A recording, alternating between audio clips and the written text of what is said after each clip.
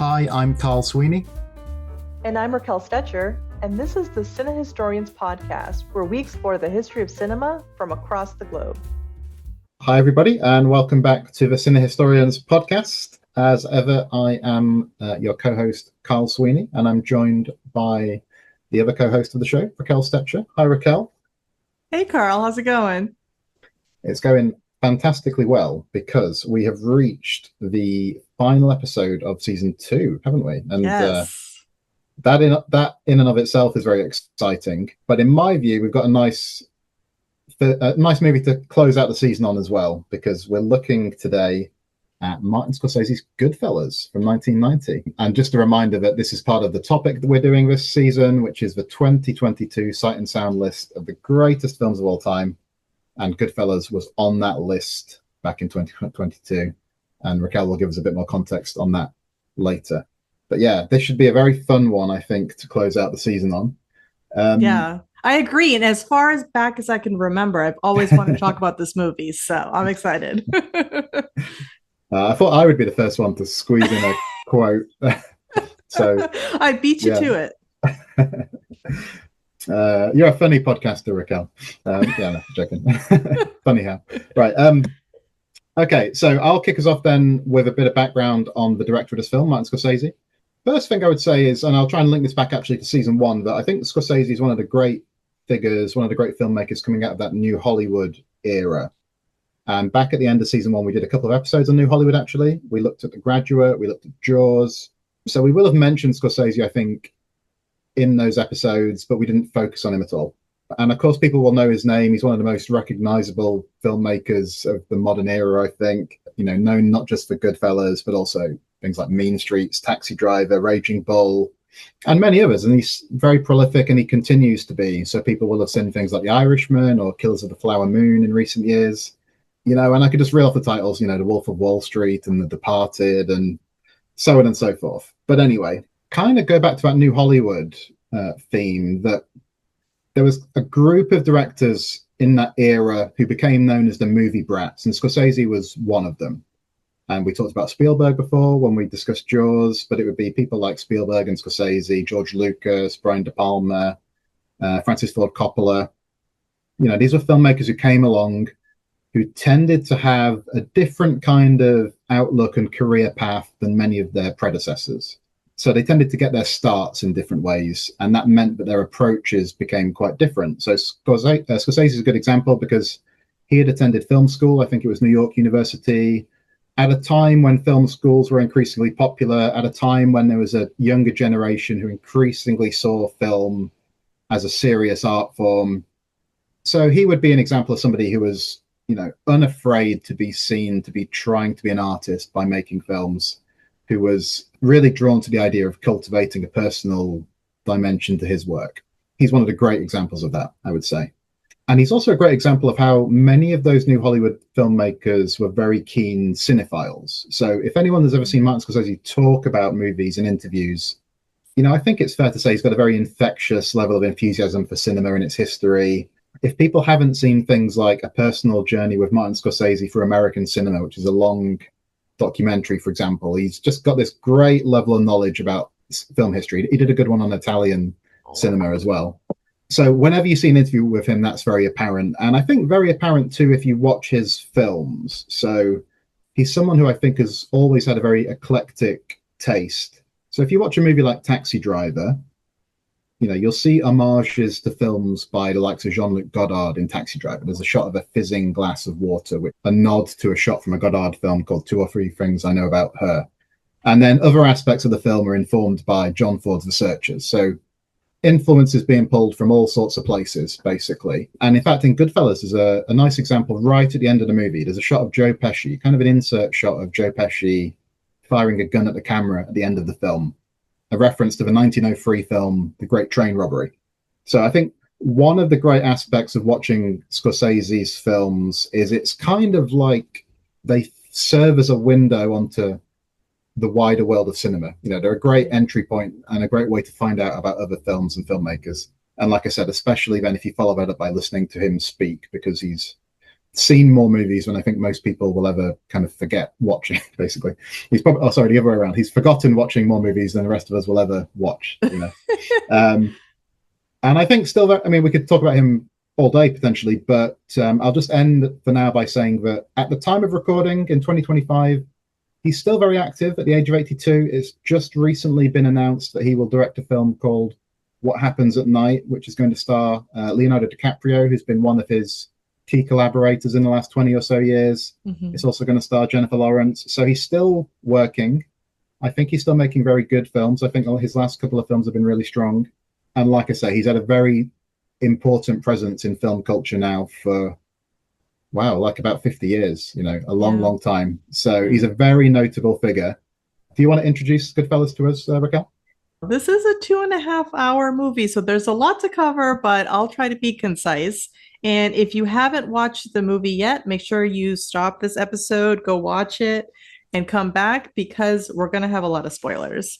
GoodFellas begins with a scene with our three principal characters. You got Henry Hill, played by Ray Liotta, Tommy DeVito, played by Joe Pesci, and then Jimmy Conway, played by Robert De Niro. And they're disposing of a body of a guy who isn't quite dead yet. And this scene becomes really important later on in the movie because it's what the story escalates to and what it unravels from. Then we flash back to the 1950s, and Henry Hill is a teenager when he becomes part of the local organized crime family. And we get the famous line that I just said in the beginning, as far back as I can remember, I always wanted to be a gangster. And in this flashback, we learn how he becomes an assistant to Tuddy, played by Frank DeLeo. Tuddy runs a neighborhood cab stand, and his brother is with the top crime boss, Paulie, played by Paul Sorvino. And Henry ingratiates himself into this world of criminals while also sort of ostracizing his own family. And when Henry gets pinched by the cops, he's officially welcomed into this crime family. So GoodFellas then flashes forward to the 1960s, where Henry Hill is a young adult and now one of the wise guys. So you have Henry, Jimmy, and Tommy now as like this menacing trio. They plan heists, they take down their opponents, they burn down a nightclub, they strong arm people for money that was borrowed. And then Henry meets Karen, played by Lorraine Bracco, on a double date with Tommy. She's this headstrong Jewish woman who is intrigued by Henry's sort of shady dealings. And the movie follows as Henry gets married to Karen, has affairs, helps Tommy and Jimmy cover up the murder of a maid man, which ties back to that first scene. It gets into the business of selling cocaine and drugs. Things start to go downhill for Henry Hill. He's now addicted to pills and cocaine. The ones he's selling, has to conduct his drug dealings behind his boss's back. He winds up at the clink. When he gets out, it turns out the FBI is on his tail. So he also has to keep appearances with the crime family. Tommy is becoming increasingly deranged, and Jimmy is becoming increasingly paranoid. So it becomes very dangerous. And then Tommy is ultimately punished for the killing of the maid man from the beginning of the movie. So before Henry himself gets whacked, he's caught by the FBI. He agrees to become an informant in exchange for clemency for drug trafficking and the airport heist. And Henry and his family are put into the witness protection program. And now Henry's life as a wise guy is over. And now he begins his new life as a schnook. Yeah, you know what, Raquel? I think that's a really great summary of a film that's quite difficult to summarize because there's so much going on in the movie. And I'll just mention quickly that it's an adaptation of Nicholas Pileggi's 1986 book, Wise Guy, a non-fiction book, which is about Henry Hill and the progress of him and his associates through the criminal underworld.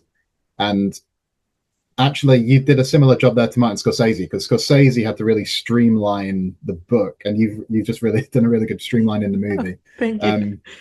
Because Scorsese had to figure out what you leave out of the story, and the real Henry Hill, I think, spent time in the Navy, but there's no reference to that in the film. We kind of skip over where that must have happened, and I think it actually works really well because it's like the film presents a really kind of closed world, doesn't it? It's a movie with a world with insiders, and you kind of have to be in the circle. And I think actually leaving some of the detail out probably helps Scorsese to create that effect. Just wanted to give a bit more context about where GoodFellas sits in the gangster kind of genre. And again, taking it back to the new Hollywood point, And I think most people would, if I said, name a new Hollywood gangster film, I think most people would immediately think of Francis Ford Coppola's The Godfather. And I'll kind of try and link that to Goodfellas a little bit. But when Coppola made The Godfather in the early 70s, you could argue that actually has a very significant effect on the way that gangsters then go on to be represented in American cinema, because after The Godfather, which was a huge hit, there's then a much greater emphasis on Italian-American gangsters when gangster films are made. So The Godfather is very important because it has a great commercial appeal. The gangster film was going under a bit of a revitalization at that period. The Godfather really helped it to sustain that. The Godfather is really interesting because it has that very impressive historical sweep. And like I said, because it's emphasizing a particular cultural background. So you can link that to Scorsese because both of those filmmakers were kind of interested in foregrounding Italian-American ethnicity in their work. And that's partly a way of exploring their own identity, their own cultural background. Like I said, this was an era of filmmakers who really embraced the idea of making personal films and the idea of artistic expression. So one of the ways those men were able to do that is by making gangster films focusing on Italian-American characters. And one thing that they both do is kind of shift the emphasis in gangster storytelling. It's very much about the communal relationship between gangsters and their family. And that might be the biological family, or it might be people who are so close that they might as well be biologically related, which you can kind of link to Goodfellas. And it's also evident with like the Robert Duvall character in The Godfather, he's not biologically part of the Corleone family, but he's so close to them that he might as well be. So that's one thing. However, that's not to say Scorsese and Coppola are completely similar, because if you think of the Godfather films, and they're very grandiose, they're very epic in scope. When Scorsese made a film like Mean Streets, it's very much more immediate. It's set in the present day. It's much more about the day-to-day lives of these low-level kind of foot soldiers. And I think what's really interesting about Scorsese's films and Goodfellas is a classic example of this, is how expertly he puts in all these virtuoso stylistic techniques. And there's so many examples here, but it's kind of coupled with a real observational awareness. So even though there's lots of really ostentatious like filmmaking, you do get drawn into the lives of these people, I think. And there's an interesting personal dimension. So Scorsese, like I say, Mean Streets, Goodfellas, I think these films are partially influenced by his own upbringing in New York. He's talked in interviews about growing up, and the main choices seem to be like, should I join the priesthood? If I don't do that, maybe I end up joining the mob. Shots of the young Henry Hill like looking across the street near the beginning of Goodfellas, you can definitely read that as Scorsese making a semi-autobiographical point, I think. Yeah, he does add a lot of autobiographical touches throughout, yeah. So basically, just that Coppola and Scorsese, I think, two very important figures in the history of the gangster film. Different approaches. The Godfather films have this real sweeping panoramic style. Scorsese's is quite unique as well. And then you see other films and filmmakers who come along and are influenced by those men. So, for example, Robert De Niro's film, A Bronx Tale, is a good example of a film I think has a lot of the influence of Scorsese in it. And of course, De Niro and Scorsese, great collaborators on the films, including this one. Yeah, Raquel, what about the history of this film on the Sight and Sound list, which I teed up earlier, but it was on the 2022 list. What can you tell us about that? Goodfellas made its first appearance on this most recent list of the top 100 greatest films of all time, and it is tied for the 63rd place. And Martin Scorsese actually has two films on the list, the other being Taxi Driver from 1976, which appears at the 29th spot. And if we go back to the 2012 list, Taxi Driver was also there at the 31st spot, and then Raging Bull was tied for the 53rd spot, which I know is a film that you love, Carl, and I'm sure it would have been great to have this in the top 100 too, because that's such an amazing film. So zooming out and looking at the total number of directors on the 2022 list, we have 76 directors for a total of 100 films. 24 of those directors have multiple titles. For example, Martin Scorsese has two, and then other people who have two include Agnes Varda, Chantal Akerman, Wong Kar-wai, all of whom we've talked about on this podcast. Got David Lynch, Francis Ford Coppola, Fritz Lang, Yasujiro Ozu, and so on. The directors with the most films include Billy Wilder, Stanley Kubrick, and Andrei Tarkovsky, who have 3 each. And then Alfred Hitchcock and Jean-Luc Godard have 4 each. So it's interesting to see who the favorite directors are on that list. Yeah, and like I suppose some of those names are the kind of the ones you'd expect to hear. That is very interesting, though. I was just thinking with Goodfellas, the fact that it's on the 2022 list, it shows how, I don't know, I suppose one of the things I immediately think of with Goodfellas is that I still can't quite believe that Dances with Wolves beat this for Best Picture at the Academy Awards that year. Yeah. I don't mind Dances with Wolves, actually, but to me, Goodfellas is clearly the better film. But I suppose it kind of illustrates how the Oscars aren't everything, and actually that a film can stand the test of posterity in other ways. Like I was saying earlier, like its influence is really pervasive. And if you look at a film like Boogie Nights by Paul Thomas Anderson, or maybe something like American Hustle by David O. Russell, then you sort of see the influence of Goodfellas in all these films that come later. I actually think one of its main effects might have been that it has a real impact on the series The Sopranos. Yeah. And then The Sopranos I think The Sopranos kind of paves the way for this era of anti-heroes on television with things like Breaking Bad and Mad Men. So I think Goodfellas kind of has a big effect there, you know. I suppose segueing to the more general discussion, I normally ask you, Raquel, why you choose a particular film. This was my final pick for the season. So why did I choose this film? Because I don't know, I think this might be my favorite film. For years and years, I've always said that Raging Bull, I always used to say Raging Bull is my favorite film. And sometimes I would kind of throw a curveball and I would say Singing in the Rain is actually my favorite film. But I think Goodfellas might be the film that's in the mix there that I actually have rewatched the most. And therefore, it's got a very strong claim to be my favorite film. So I was thinking much more selfishly with this choice than with some of my other choices on this season. You know, like I did with the last episode on Portrait of a Lady on Fire. So I get it. I was also thinking of it. It is a very interesting one to break down. And I'd like to try and break down some of the reasons why I think it works like so well. And that's in lots of different areas. It's like the plot, the approach to the plot is interesting. The visual style is really interesting. The soundtrack is great.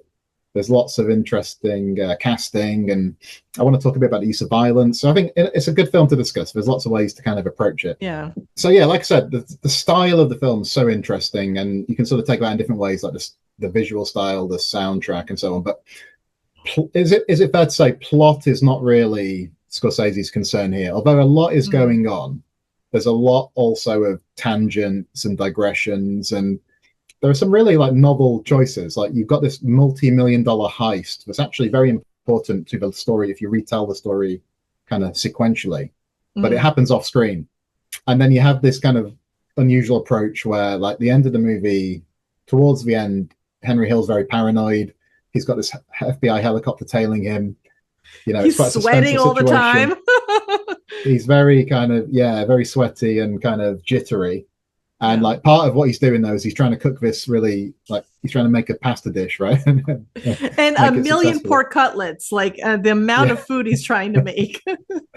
Yeah, actually, the portrayal of food in the film is really interesting because I think that's part of the detail that really lingers in the mind, like when Paulie is slicing the garlic in the prison.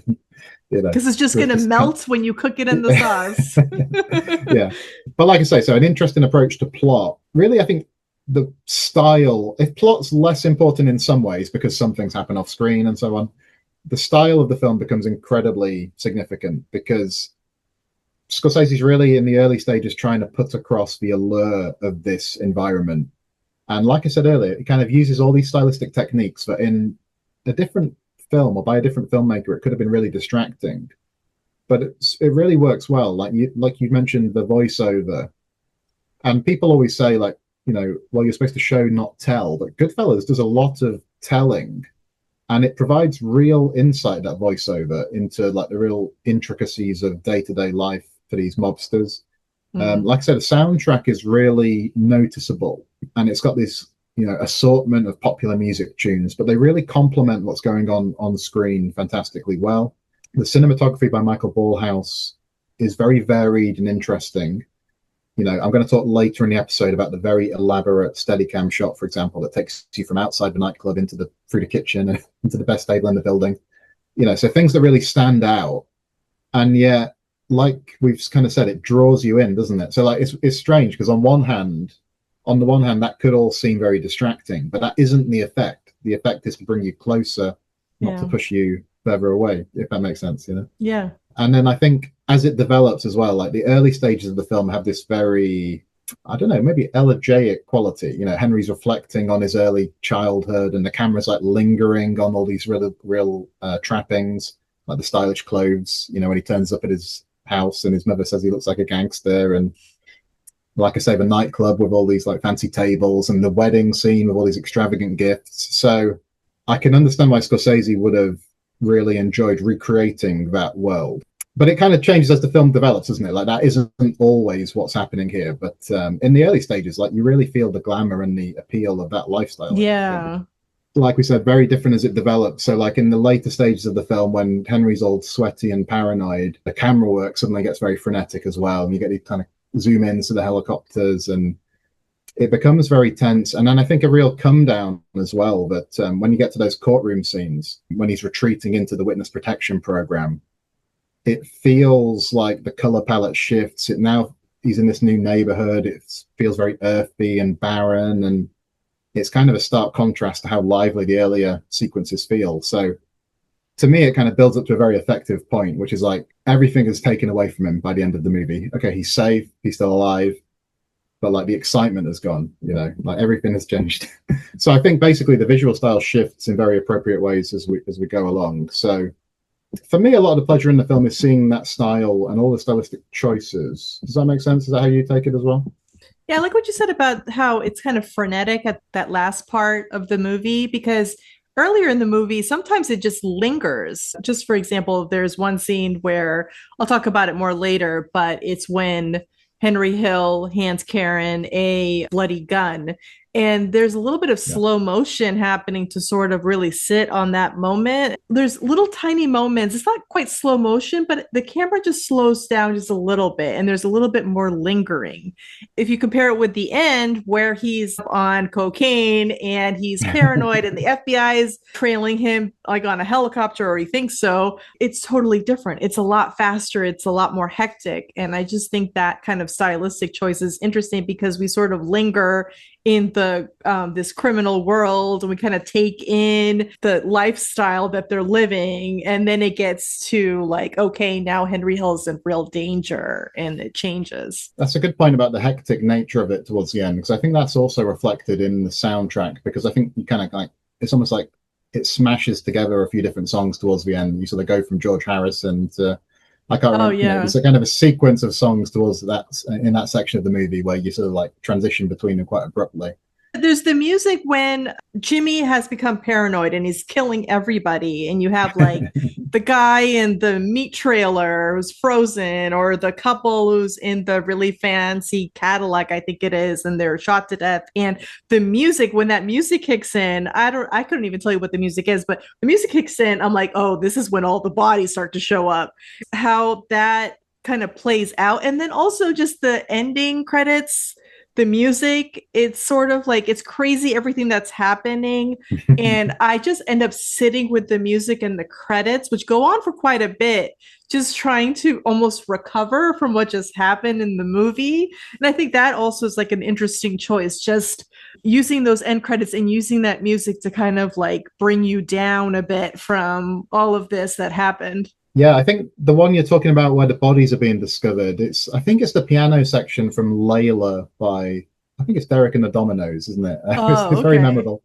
And then I think at the end, you have Sid Vicious singing My Way, which is an interesting choice. I think the music here is exceptional. There are some filmmakers who can really pick a tune like fantastically well, and Scorsese is definitely one of them. And it's fascinating because sometimes it really kind of directly underscores what's going on in quite I don't want to say an obvious way, but in a more straightforward way sometimes. So when Rags to Riches plays, or when Then He Kissed Me plays, which I'll talk a bit about later on, you can kind of see exactly the effect that Scorsese's going for.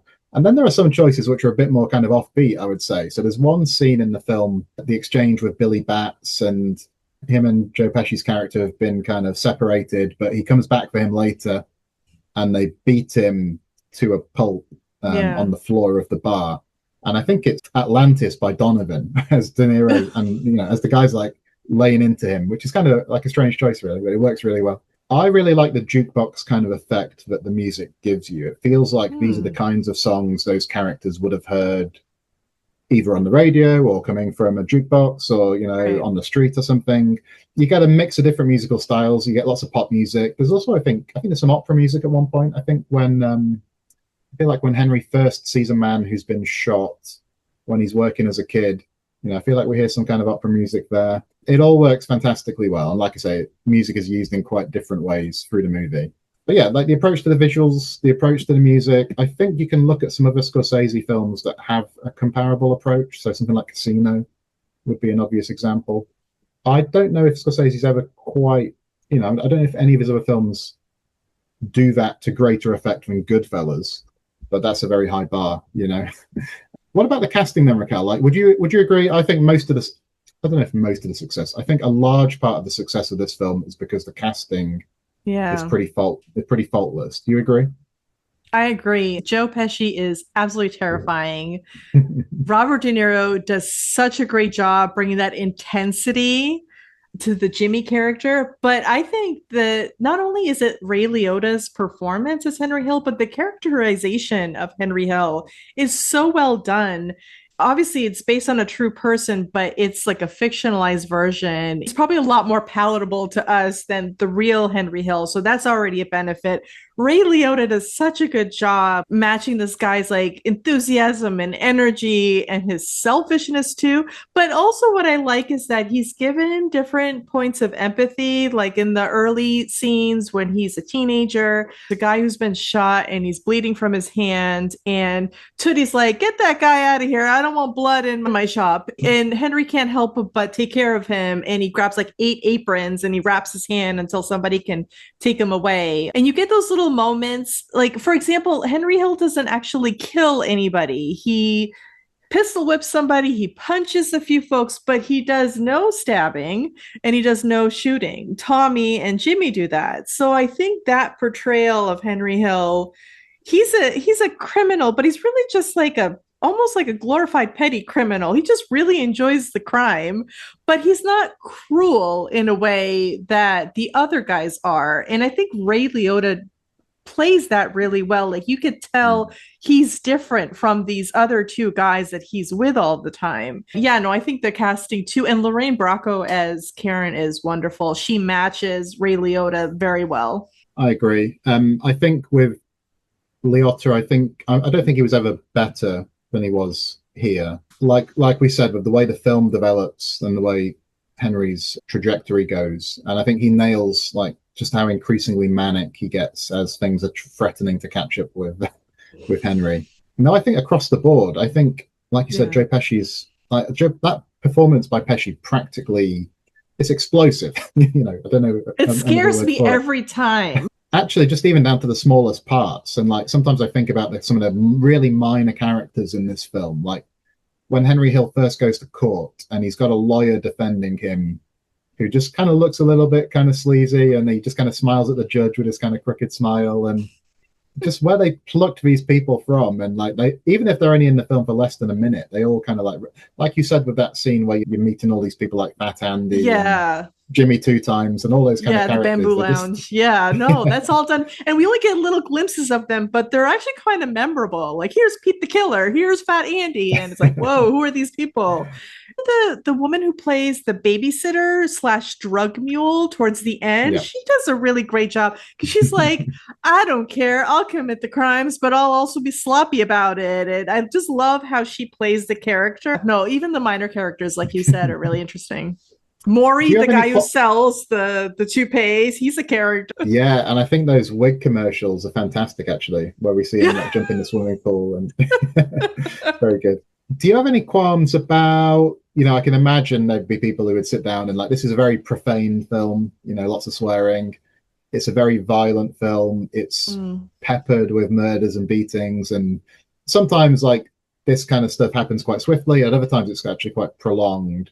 it's going to prove unpalatable for some viewers, I think, but the film kind of needs that stuff in there, I think. What do you think? I agree. I think without the swearing or without the violence, you don't kind of get access to the high stakes, how full of this kind of energy, not necessarily anger, but this really desire to get ahead by criminal means. Like if you don't have that violence and you don't have the theft and you don't have like the dirty dealings, then you're going to lose that. And I think the swearing and the violence comes into it. And also, it's a Martin Scorsese movie, so if you're watching it, there's violence in a lot of his films, but it just ends up being part of the story. So it's something you expect. You definitely need all of that. It gives the film a real sense of legitimacy, and I think actually one of the key motifs of the film is actually being precise in the way you communicate is really important. Yes. So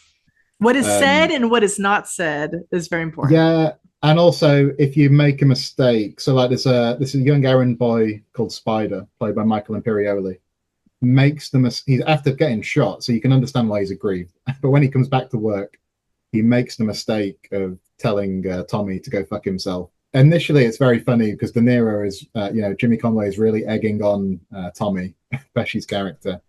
And then all of a sudden, Pesci can't take it anymore and shoots Spider dead. This is a world where a stray word can seal your fate very easily. And actually, it's an unusual comparison, maybe, or at least on face value it is. But one of Scorsese's other films, I think it's a very strong film, is The Age of Innocence, which is about a much more refined kind of setting, a much more refined milieu. But again, it's a world where you can say or do the wrong thing and you become a kind of outcast. You're not going to get shot dead, but you might find yourself not invited to a dinner party, or So the idea of the idea of communicating precisely is very important. And I think the best example is the "Do you think I'm funny" scene, which I think is so good. This is where you have Tommy's telling this kind of anecdote, and I think it's great because it's not too polished, it's the kind of anecdote that you can imagine somebody telling, and is it that funny really? No, but like in that kind of atmosphere, those guys would find it funny. And I like the way it's filmed. You have this shot which takes in not just Pesci and Liotta, but also the other gangsters. And I can imagine some filmmakers wanting to do that in very tight close-ups. But here, I think a lot of the mounting sense of unease is because you can see the people in the background and how their expression kind of changes. I know, they're like, what's happening here? But just very interesting scene that, that's one of, we've had kind of wall-to-wall music through the early stages of the film, and then that's a scene with no pop soundtrack or whatever. It makes it feel very different. It's a fascinating one to watch in terms of continuity, because actually the position of Henry's hand is changing from shot to shot, and where the cigarette is kind of flips around, but it shows how a kind of performance was what Scorsese and the editor, film, and Schoonmaker were really focused on. But again, I just think it's a very plausible example of how it really wouldn't be very hard in this kind of place with these kind of people to say something wrong, to rub somebody up the wrong way, and then all of a sudden find that your life is hanging in the balance. Now, obviously, Tommy is kind of joking with Henry, but he doesn't know that. He really doesn't know that. Kind of an interesting level of foreshadowing there as well, because when Tommy says you might fall under questioning, you can kind of take it as a sign that Henry actually is going to end up turning informant. That scene always terrifies me, even though I know what's going to happen. I always feel like, oh, is he really upset? It just gets me every single time. Yeah, it's not only is it being careful with what you say, but also when tensions rise, knowing what to say to disarm the situation. Henry is encountered with that a few times. Go and be like, oh, you're just joking, kind of disarms the tension, because Tommy could have just kept escalating it and scared everybody, because then you get that scene where the proprietor of the business is like, hey, you owe us $7,000, pay up, and it all goes downhill for him after. When Henry and Jimmy meet later on, it's not what they say, but like you get the freeze frame and Henry says, so that's the moment I knew I wasn't going to come back alive. It's not what's said on the surface. It's you have to read the codes of this kind of unspoken behavior. Okay, Raquel, so we've covered a lot of ground there, and we should probably take a break before we reconvene to do key moments. But is there anything else you wanted to say here about GoodFellas before we do so? No, I think we have a lot more to say in key moments, so I'm looking forward to that. Cool. So yeah, we'll take a very quick break and we'll be back to talk more about this movie. Okay, so we are back on CineHistorians. We're still talking about GoodFellas and key moments. I mean, this, to be honest, I sat down to watch this movie yesterday, Raquel, and I think there are so many key moments in this film. It's actually very hard to just pick a couple. This is the kind of film where I could stumble across it, like I could be like 10 minutes into the movie and it's playing on TV or something, and okay, I'll watch 15 minutes or something, and actually it just keeps you going because Yes. you want to keep watching till the next scene that you remember, and Yeah, it before you know sucks it, you it's in. over. However, I'm going to start with one of the scenes I alluded to earlier, which is the long, unbroken shot through the Copacabana. This is at the point in the story when Henry has just started going out with Karen, played by Lorraine Bracco, and he takes her out to a club. In the book Wise Guy, the Nicholas Pileggi book mentioned earlier, this scene is described by Karen as follows. She said, "On crowded nights when people were lined up outside and couldn't get in, the doormen used to let Henry and our party in through the kitchen, which was filled with Chinese cooks, and we'd go upstairs and sit down immediately." So it's a very brief passage in the book. And like I said, for this film, Scorsese chose to film it in this long, unbroken camera movement. So I think it's one of the great examples of how, like I say, a very kind of cursory description on the page can be turned into really great cinema. So Right. another example that leaps to mind for me is like the shower scene murder in Psycho. I think is like one line in the book Psycho, and it becomes a highly memorable kind of set piece. I love the way it's done here because I think it's a very effective way of conveying what Karen must be feeling. Because I think you get this kind of dizzying sense of seduction that Henry has kind of swept her into this world in this really kind of tantalizing way. It must feel very disorienting to her and very fresh and new. He moves pretty smoothly as he's steering her through. I think at one point he does kind of stumble and kind of hit himself on this. He kind of recovers though. And he steers her through the side entrance of the building, through the kitchen. And then I love the moment when they sort of get into the hall itself, and this table is immediately kind of produced for them. You know, they don't have to wait for it. It's just kind of, it's there. And it's suddenly like whisked into the prime position. So I think this sequence has kind of a dazzling effect for the character, for Karen, and for the viewer. I think we're kind of swept along by it too. There's a romance to like how fluid the camera movement is. And again, to that point of the film having a real quality where it draws you in, like we feel as if we're right there with them. Again, we understand how it must be really alluring for her. And it also gives us a sense that he must see her as kind of important, that he's kind of pulled out all the stops for her to put on this performance. To go back to what I was saying earlier, so we get the song Then He Kissed Me by the Crystals, and it's another great example of music really underscoring what's happening on screen. It's the perfect accompaniment for this date sequence. So yeah, I don't know what you think, Raquel, but I think it's just a scene that especially stands out in a film that, like I said, has a lot of impressive sequences. And I think a large part of that's because it allows you to vicariously experience the thrill of being courted by this man. And just in general, a great example of how moving the camera in a particular way can be really important, like a really important way to create a particular kind of mood, a particular meaning. Is that fair? What do you think? It goes back to what we were talking about, how it shows sort of the lifestyle with us lingering in this world. And the fact, I mean, they're just doing a loop around the same kitchen. And once you've seen it enough, it becomes obvious that they're just doing a loop and they didn't necessarily have to do that loop. But having the Steadicam follow them for quite a bit, Henry Hill is just so comfortable. He knows exactly where to take her.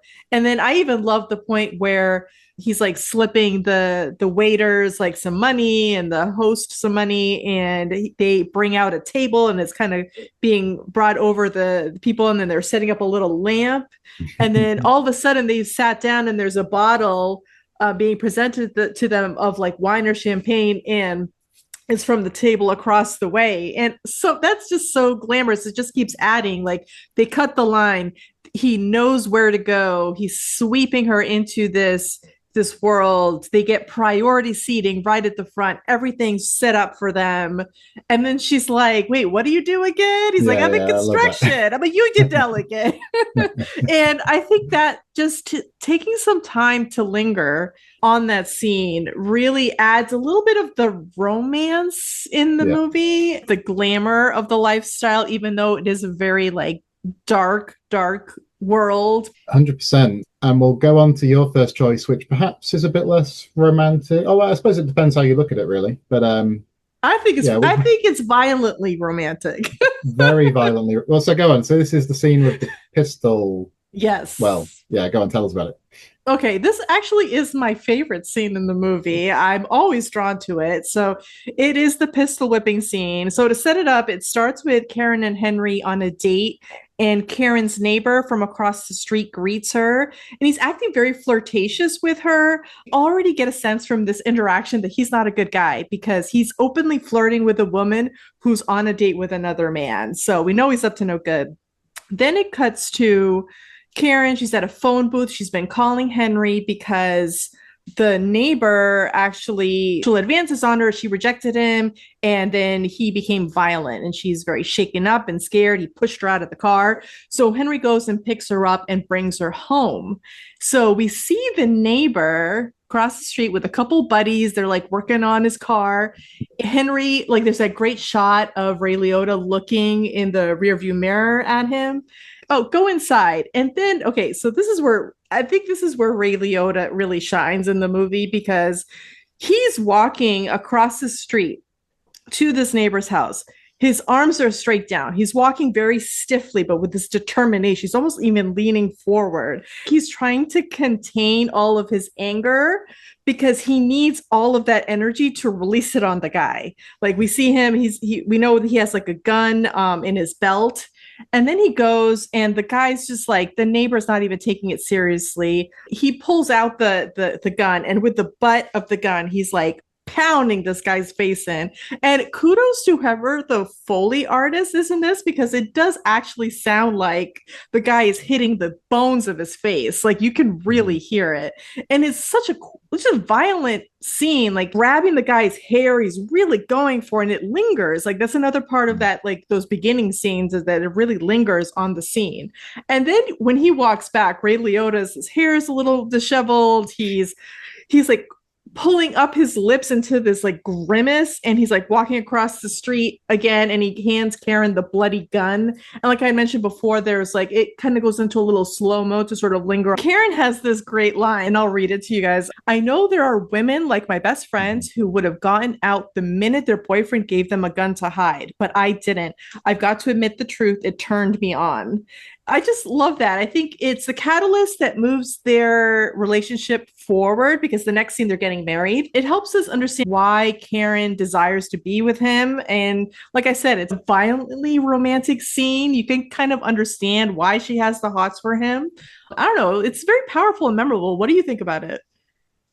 I think it is very powerful and memorable, and I think just how unflinching it is, like you said, with the sound and the fact that the camera stays on it, and kind of different to some of the other examples, because like when we talk about like the "do you think I'm funny" scene or whatever, that's like, it kind of erupts out of nowhere. This is different in the way that this guy is kind of asking for it. But yeah, I think the film has a real tension because of scenes like this, because you sort of know that these people are capable of like real brutality. This is a really good example of that. And that's a good transition as well, I think, to what I've chosen next. So I wanted to talk a bit about Karen's voiceover and actually her portrayal in general, which you kind of set up nicely there. To go back to the voiceover, so like we said, a film that makes really heavy use of first-person voiceover narration, usually to align your perspective with Henry, occasionally with Karen. And actually, to take the Scorsese example further, if you watch something like Casino, you know, the hopping from voiceover to voiceover, he takes that a little bit further, I think, in that movie. It's a storytelling choice that I think has some potential drawbacks, because if it wasn't very effective, it could seem quite artificial, maybe it could stop you being really immersed. But GoodFellas sidesteps that brilliantly.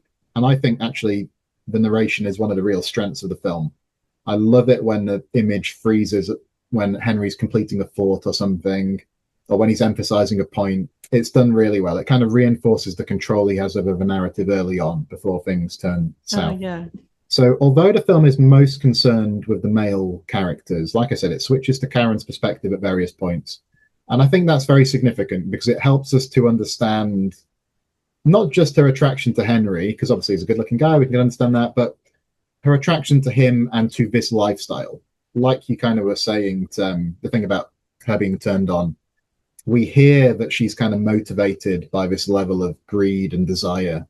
And actually, that's quite similar in some ways to what the male characters have. So Right. I think this is one of the reasons that Goodfellas is a really interesting gangster film, because it has a very sharp portrayal of this mob wife who becomes a real partner in crime. Like the outsider, like we say, who's kind of swept in, like with that restaurant scene, which is so fantastic, but who becomes an insider. And I think Lorraine Bracco is great at those scenes where she's really kind of bemused at these kind of like tacky, the other mobsters' partners who have these tacky lifestyles and tacky appearances and so on. So we see her kind of discover the allure of this criminal world. We see her colluding actually in hiding the weapon, like you said, that she's turned on and that she doesn't really think twice. She hides the gun for him.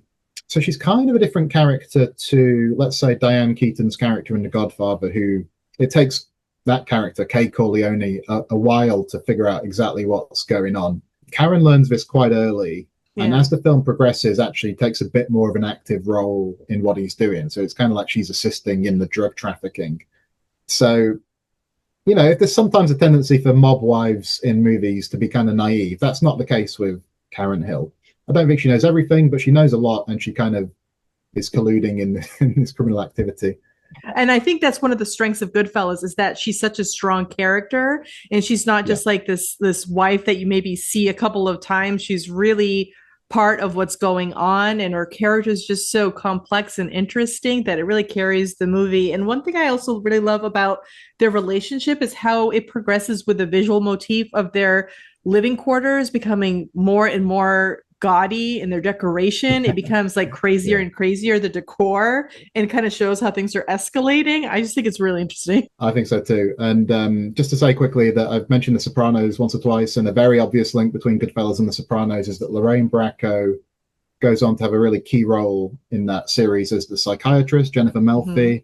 But part of a wider kind of shift that I think Goodfellas is part of, where actually the women in gangster films get quite interesting in some stories from around this time, because in The Sopranos, the Tony Soprano character goes against some stereotypes, because it's the idea that he's this hyper masculine gangster and he needs to see a psychiatrist because he's been having panic attacks. And like I say, Jennifer Melfi, played by Lorraine Bracco, is quite a complex character who I think Tony Soprano wanted an Italian American woman to treat him because he felt that would get him the most sympathy, and actually he's unable to kind of like overpower her, so it's very, very interesting back and forth. In other words, you get quite an interesting shift in gangster stories, because if you look at some older gangster movies and things, sometimes characters like the gangster's wife are some of the more secondary and uninteresting characters. Sometimes you get the gangster films where the mistress, like the gangster's moll, is actually a bit more memorable and dynamic, right? But in something like Goodfellas, like I say, Sopranos has some very interesting women characters too. These are stories that feature women characters who, it's a masculine world for sure. Yeah. But they kind of cut against some of the stereotypes. And I think Karen Hill's a great example with like how she is, how she's kind of motivated by these like interesting characteristics. And again, because Lorraine Bracco really portrays her very well. So I think the voiceover, to take it back to the voiceover, I think the voiceover is a very key part of that, because it's quite powerful, actually. I think the first time the voiceover shifts from Henry to Karen, it's a bit of a jolt, I think, for the viewer, and a very welcome one, I think, Okay, so what have you chosen next, Raquel? Yeah, so I wanted to talk about the dinner at Mom's house. This is where Henry, Tommy, and Jimmy all go to Tommy's mother's house. They've just killed the made man, Billy Batts, played by Frank Vincent, and need to dispose of his body. But then we actually learn that he's not really dead. That ultimately kind of brings us back to that the very beginning of the movie, where it starts with them trying to dispose of the body and they find out he's still alive. So we circle back at this point. They've just killed Billy, or so they thought. Tommy suggests going to his mother's house for a shovel. So they show up to the mom's house in the middle of the night. They're hoping not to disturb her, but she wakes up anyway, and she's like, "Go make yourselves comfortable. I'll cook you some food." Now, this is where You have Martin Scorsese, Nicholas Pileggi, the screenwriter and author of Wise Guy, and then also Robert De Niro adding some personal touches, which I think makes this scene even more interesting. The woman playing Tommy's mother is Martin Scorsese's own mother, Catherine Scorsese, and his parents appear in several of his films. And Martin Scorsese, when he was directing her for the scene, he's like, make them a meal just like you would make it for me when I came home late at night, which for him was pasta, beans, and scrambled eggs. And I think you can't really see the food all that well, but I think we get all three. So, like Robert De Niro with the Jimmy character, you see him take a bottle of ketchup, take the top off, put it upside down and spin it in his hands, like rub it in his hands, and then it releases this ketchup and what I'm assuming are scrambled eggs. So as you said, the food is really important in this. And this is really considered sacrilegious, especially like in the Italian community. Like it's a home cooked meal and you're covering it with ketchup. But Jimmy is Irish and not Italian, so he probably really doesn't care. But De Niro actually did a ton of research for this movie using the materials that Nicholas Pileggi had acquired just from researching with Henry Hill, but also interviewing Henry Hill. And one of the things he asked Henry Hill is about Jimmy Burke, the real guy, about his quirks. And he was like, okay, he eats his food with a lot of ketchup. How does he get the ketchup out? Henry Hill told him, oh, it was like, you know, he would rub the bottle with his hands, and he adds that. So that's like one of those little nice touches. Once you learn about it later on, it kind of adds a little authenticity. When they're sitting at the table, Tommy's mom shows him a painting and on a canoe with two dogs. And Tommy's like, I like it. One dog is facing one way and the other is facing another. And behind the scenes, actually, that painting was painted by Nicholas Pileggi's mom. And it was something that she had copied from a painting in a magazine. So not only do you have a mom showing a painting, but it's a painting painted by another mom, and the mom in the scene is Martin Scorsese's real mom. So like, I don't know, there's just some authenticity there. Back to the scene, Tommy's interactions with his mom. Oh, I don't need to settle down. I settle down with a girl every night and then I move on to the next. And then the shot of him taking out the big kitchen knife. And he's like, this is a great knife. Can I borrow this? Because we just hit a deer, you know, and I got to get the horn. And he can't even keep the story straight. So they're lying to the mom about what happened. Oh, they just hit a deer when really they have a dead body in the trunk. Because it switches over at one point where the mom is telling Henry Hill, why are you so quiet? Well, we were talking about how you have to be very careful with your words. Here, they have to completely lie to the mom. And it's very much about I'm sure has an understanding of what Tommy really does, but he can't tell her everything that's happening. So there's this very fine, delicate balance of what they can say to her and what she can know, and they have to lie a bit. And I think Henry Hill's character is uncomfortable with that, and that's why he's kind of on the quieter side. So I do like this because it's sort of a central scene. It kind of takes us back to the beginning of the movie. It really shows you that carefulness they have to be with language. I like that shot at the end of that scene where the camera goes through the window and you get a shot of the trunk of the car and you hear thumping because you know the guy's not actually dead in there. So I don't know. It's brilliantly done. I don't know. What do you think about that scene?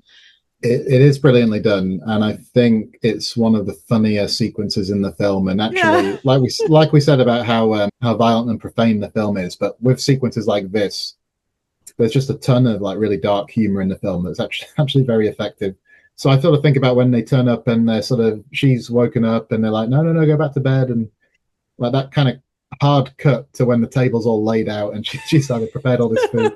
Also, when she first mentions the painting, and then it's kind of like she has it right there, like, you know, it's very funny. But like I say, very dark humor when they're joking about how the guy in the painting looks like someone we know and all this sort of stuff. Oh yeah, that's right. That's right. Again, comedy that's not too polished, but that really rings true that like these guys would be like really kind of in stitches over this kind of thing, you know. So you can sort of see them having this conversation in real life. Like this could actually 100%. Be an interaction. Yeah. And it's always very nice to see Martin Scorsese's mother. And like I said, she's in a few of his movies, and she is a force of nature. Like there's a documentary Scorsese made called Italian American, where he kind of interviews his parents, and it's very, very good. And she is wonderful in it. So yeah, fantastic. we've come to the section of the podcast we call Any Other Business. We're going to do something very traditional, which is a film recommendation linked to what we've just discussed. So where do you want to, what do you want to recommend this time? I wanted to talk about very quickly about the sort of sequel to Goodfellas, and that is the film My Blue Heaven from 1990. It's directed by Herbert Ross and it stars Steve Martin, Rick Moranis, Joan Cusack, has some other really great people in it. And it's inspired by the life of Henry Hill once he entered the witness protection program. Otherwise when he becomes a schnook. So Steve Martin plays Vinnie Antonelli. He's a mobster turned FBI informant. He's given the new name of Todd Wilkinson and he's moved to the suburbs. And Rick Moranis plays Barney, an FBI agent who's kind of tasked with babysitting him and protecting him until Todd is able to testify against the mobsters at trial. Todd causes all of this chaos because he just can't keep still and he wants to get into mischief again. And it's much to this FBI agent's dismay. Joan Cusack plays an assistant DA who is always trying to get information out of Todd. And she and Rick Moranis have sort of a cutesy love story. It's a very silly comedy. It's not even that good of a movie, but Steve Martin's performance as this sort of goofy, flashy version of Henry Hill is kind of fun to watch. My Blue Heaven was written by Nora Ephron, who was married to Nicholas Pileggi, the author of Wise Guy and screenwriter of Goodfellas. This is a really funny quote. Pileggi joked, "I think the only reason she even talked to me and got married to me was that she was fascinated by this world of mobsters that I wrote about because it was the opposite of hers." Ephron had access to Pileggi's research, which he used to some extent in My Blue Heaven, even though it is a very fictional story. And it works as a sequel to Goodfellas because it picks up where Goodfellas ends. You know, Henry Hill and his wife Karen move into the suburbs. He becomes a schnook, and here's the story. My Blue Heaven doesn't have a voiceover narration, but it does have title cards with little thoughts from the main character, so you kind of get a little bit of insight to what's going on. Unfortunately, the character who's sort of like the Karen, she's not really in it very much, was kind of sad. My Blue Heaven, even though it's sort of a sequel to Goodfellas, it actually came out a month before Goodfellas. It released in August of 1990, and then Goodfellas released in September. So in the span of 1 month, you get two movies about Henry Hill released by Warner Brothers in these kind of big productions. I haven't seen My Blue Heaven, but that's like the way you've outlined that. It's a very obvious double bill. Like, and apparently, the real Henry Hill hated it because he knew that it was based on him, and he did not like it. I don't blame him, but it's a fun movie. Yeah. All right, so I just wanted to talk a little bit about that partnership between Martin Scorsese and Robert De Niro and where Goodfellas sits within that, because they've done 10 movies together in total. I think that De Niro is really good here as Jimmy Conway, and that he's a great counterpoint to the actors around him. And I think actually the way his performance develops is very interesting because, you know, increasingly, like Henry Hill does, Jimmy becomes increasingly paranoid. This is after the Lufthansa robbery. And I think De Niro conveys that exceptionally well. So one of the scenes I really love is when it's Christmas time and all the gangsters are turning up with their wives. And he's kind of said to them, look, don't spend any money, you know, for a while. And then like one guy turns up and he's bought a car, and then this other gangster's wife turns up with a very fancy coat. And De Niro just gets increasingly frazzled as that scene goes on. And I think, you know, it's like the way he kind of like, what are you, stupid? And he's like pointing to his head. And I just think it's brilliant acting. To zoom out a little bit, I think that a lot of people would agree that De Niro, again, like we talked about how Scorsese has been on the scene and been very important in film culture for half a century or more. Similar for Robert De Niro, and I think a lot of people would say that it's his roles for Martin Scorsese that are the ones that have really defined his career. Not that he's not made good films for other filmmakers, but that his partnership with Scorsese has been particularly important. So in 1973, you have Mean Streets, where he plays the character Johnny Boy, and it's a really strong example of how this kind of alienated, volatile character is going to become a hallmark of what this actor does. There's a great scene introducing Johnny Boy where he puts this kind of little bomb in the post box and blows it up for no apparent reason. You know, it's a great introduction to not just the character, but the actor. You know, this would have been the first time many people saw Robert De Niro on screen, I think. And then, of course, you have Travis Bickle in Taxi Driver, 1976, where that's a very I think iconic is the word, especially the "you talking to me" monologue in which Travis Bickle is speaking to himself in front of a mirror whilst holding a gun. It's another kind of great portrayal. Bickle is supposed to be this disaffected Vietnam veteran, and the attention generated by that film and by that sequence in particular has been really long lasting. De Niro himself actually spoofs it to dubious effect, I must say, in a film called The Adventures of Rocky and Bullwinkle many years later, where he repeats the line. But it's kind of followed him around. Of course, Raging Bull from 1980, where he gives a very powerful performance as Jake LaMotta, the boxer. And that's a good example. Sometimes the Academy Awards really gets it right. And that's, De Niro won Best Actor for that performance. And I think it's been a very influential performance on a lot of other actors. The physical preparation he underwent for that role. De Niro gained a lot of weight for the sequences depicting the older Jake LaMotta. He also got into really good shape for the boxing sequences, so he could be a very credible boxer. And I think lots of actors who came after De Niro have really been inspired by that. Those are some of the highlights. Like I said, 10 films in total. And The Irishman in 2019, Killers of the Flower Moon in 2023 are the two most recent examples. And I think they're great instances of De Niro turning in very strong latter-day performances. There was quite a long period after Casino where the two men didn't work together. And it kind of roughly coincides with a period where De Niro seems to have had a career turn. He moves to comedy famously with films like Meet the Parents and Analyze This. And critically speaking, not all commentators loved a lot of the career choices De Niro made in the 21st century, but he's made some strong films in more recent years. And the two with Scorsese are really good examples. GoodFellas is kind of in the middle of their collaboration then. It's the first film that the two men made together since The King of Comedy, which had been 8 years earlier, which is another fantastic De Niro lead performance.